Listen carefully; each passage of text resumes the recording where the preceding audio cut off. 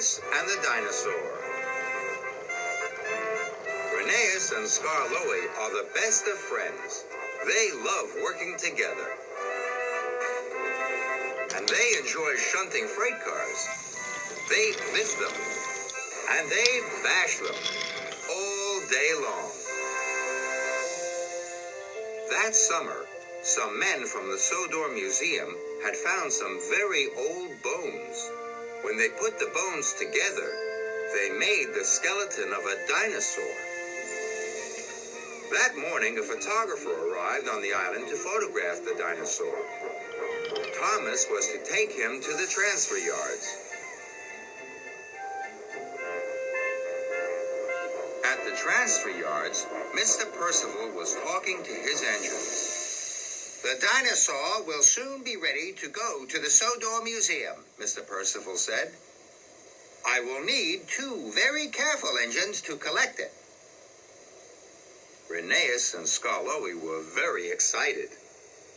"We can be really careful," puffed Rheneas. "Watch." Rheneas shunted some freight cars gently together. But Skarloey was too excited to be careful. The narrow gauge controller was cross. "Rheneas and Skarloey, you are not careful engines," Mr. Percival said. "I will have to choose 2 other engines to collect the dinosaur."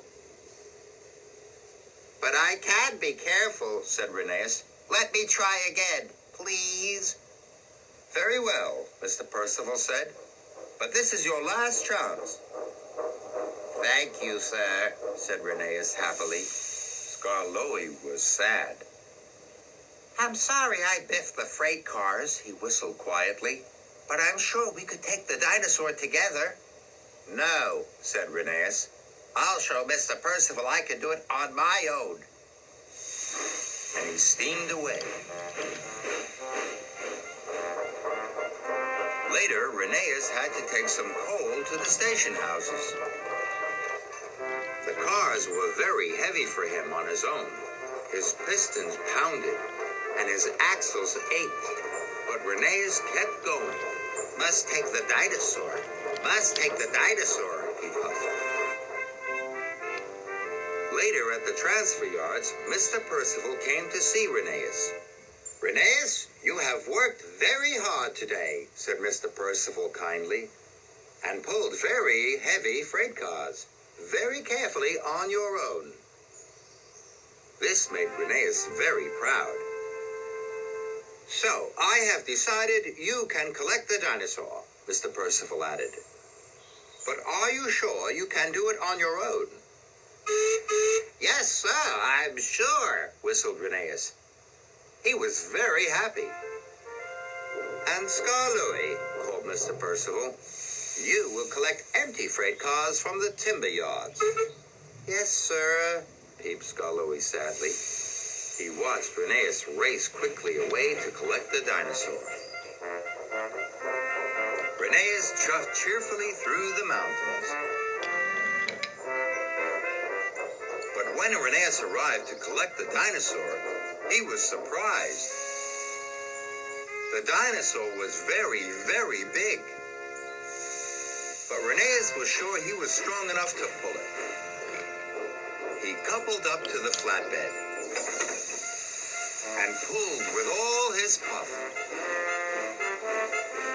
He started to puff his way back to the yards. Rheneas blew his whistle as he puffed through Middle Station. Everyone thought the dinosaur skeleton was wonderful. And they all gave Rheneas a big cheer. Rheneas was very proud.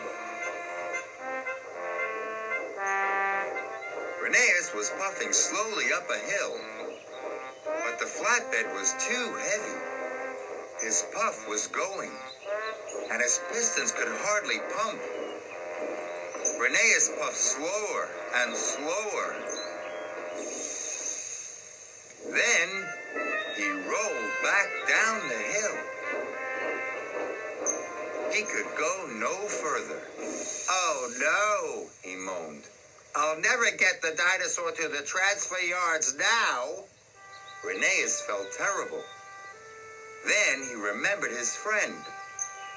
I wish Louie was here to help me, he sighed. Louie was still on his way to collect freight cars from the timber yards. As he came around the bend in the line, he was very surprised to see a dinosaur blocking the track. Out of my way, Louie tooted loudly. Rheneas heard Louie. Louie, he cried, I need your help. The dinosaur is too heavy for me. I can't pull it on my own. Louie was still upset with Rheneas. He didn't want to help. I was silly to think I could pull this on my own, puffed Rheneas sadly. It needs 2 engines, and I need you. From now on, I'll always want us to work together. That made Louie feel much better, and he buffered up to the flatbed to help his friend. Together, they pushed the dinosaur safely up the hill and all the way back to the yards.